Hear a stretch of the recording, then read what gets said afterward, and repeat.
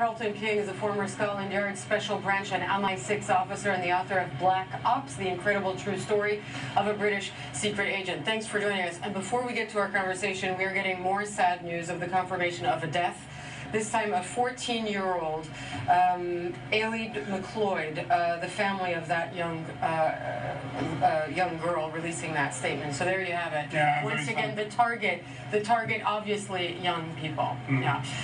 Let's talk a little bit about the fact that we think that Salman Abedi and his brother and possibly a wider network in this country all planned this attack. What do you make of that? Yeah, I mean, that's possible. As it stands now, obviously I'm no longer part of those organisations, so I don't have the latest intelligence. And that said, obviously I wouldn't give the latest intelligence and undermine the operation, but it could well be the case. The situation is quite simple, in a sense, that what you have are angry individuals, some of them that feel that some way, shape or means are not tied to the United Kingdom, but seek something else to belong to.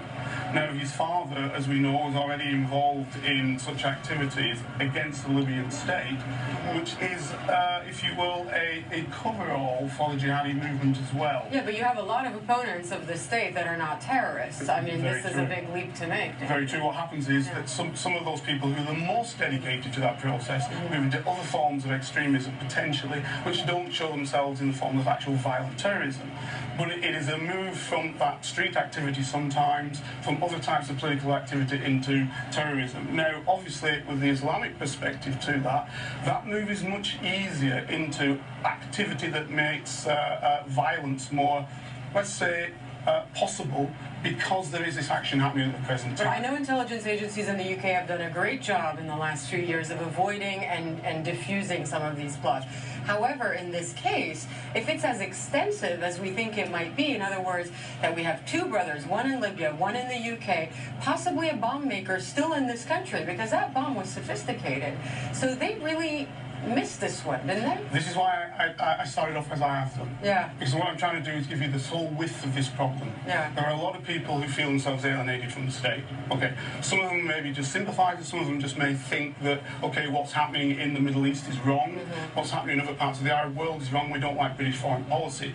Not all of them, by the vast majority of them, don't buy any type of activity. However, if you do involve yourself in such things and you don't communicate openly, it's very difficult to find out who is involved and going that step further.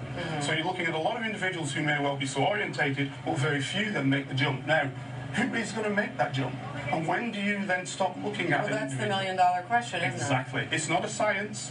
It's an art. So what you're trying to do is look at many, many people. Now, it's a very complex operation, this, right from the beginning. So prior to the bomb going off, or prior to the knife being pushed off, prior to the van being driven into individuals, you've then got to look at parts of the community that might involve themselves. Well, how do you do that? We have laws in this country that say that you can't observe people for no reason. We have collection laws in terms of network intelligence that restrict certain activities, quite rightly, because civil liberties are important. But so then what you have to understand is, where do we then target to know who's doing what? It's always going to be the big question and the big challenge for authorities. Who do we place under surveillance 24/7? We're talking 7, 8 employees potentially of the government to do that. Way more. All right, but we're going to have an opportunity to talk in more detail in the coming hours about where this investigation might lead us. Carlton King, we really appreciate your time and expertise. Thanks very much for joining us. We'll have a lot more from Manchester, as I mentioned, later this hour. Now back to you, John and Aisha in LA.